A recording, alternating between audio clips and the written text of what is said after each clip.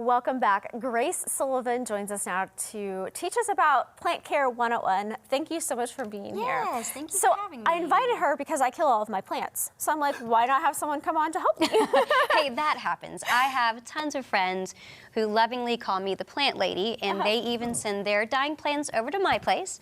So I am happy to share with you and the majority of people who struggle with indoor plant care. Yeah. So some really basic things that work with almost any and all indoor plants are a couple simple things you can do. Okay. So one thing, simple. yeah, we need simple, Yes. right? So one thing you can, if you notice with all of these pots, is these are terracotta pots. A lot of times you'll purchase a new plant, it comes in a cute little plastic thing, which is completely fine.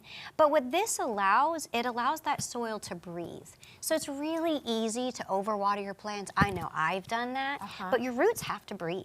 So when you have this terracotta, it allows that moisture to come out, and you don't have root rot near as much. I had no idea. I thought it was just a matter of like, what do you like better? Do you like terracotta color or plastic? It actually serves a purpose. Okay, that makes sense now. And so kind of along those same lines, if you look kind of inside, you still have like stones, and I have moss. What that's doing too is instead of compacting so much dirt in there, which I wanted to do in the beginning, I smothered those roots still. So these kinds of substrates add that aeration to it. So those two things together, I no longer overwater my plants. So you have that really like all the way easy. through? All the way through. So when I mix it in, I just pre-mix in a big tub, just some cute like little lava stones, little pieces of moss, and just scoop that into all of my pots. Oh my goodness. Do you do that? You take care of some plants. I didn't know that little trick. Yeah. I sing to mine. Do you do that?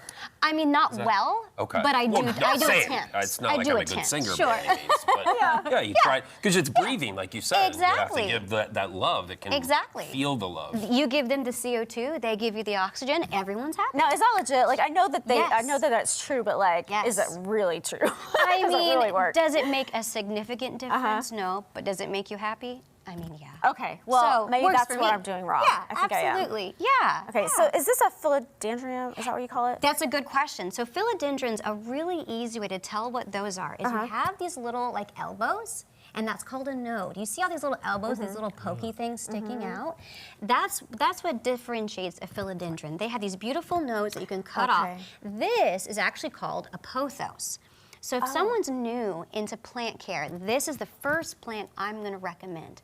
Reason being, super easy to grow. These do well in high light and low light situations, and they come in all kinds of colors. So I chose this one. It's a marble queen, and I chose her just because she's pretty. She's pretty. She's beautiful, and you can see she's wanting to put her little roots down. So beautiful. See, it's the singing. It's the singing. There you go. And now she's putting out a new leaf. It's growing out things right now.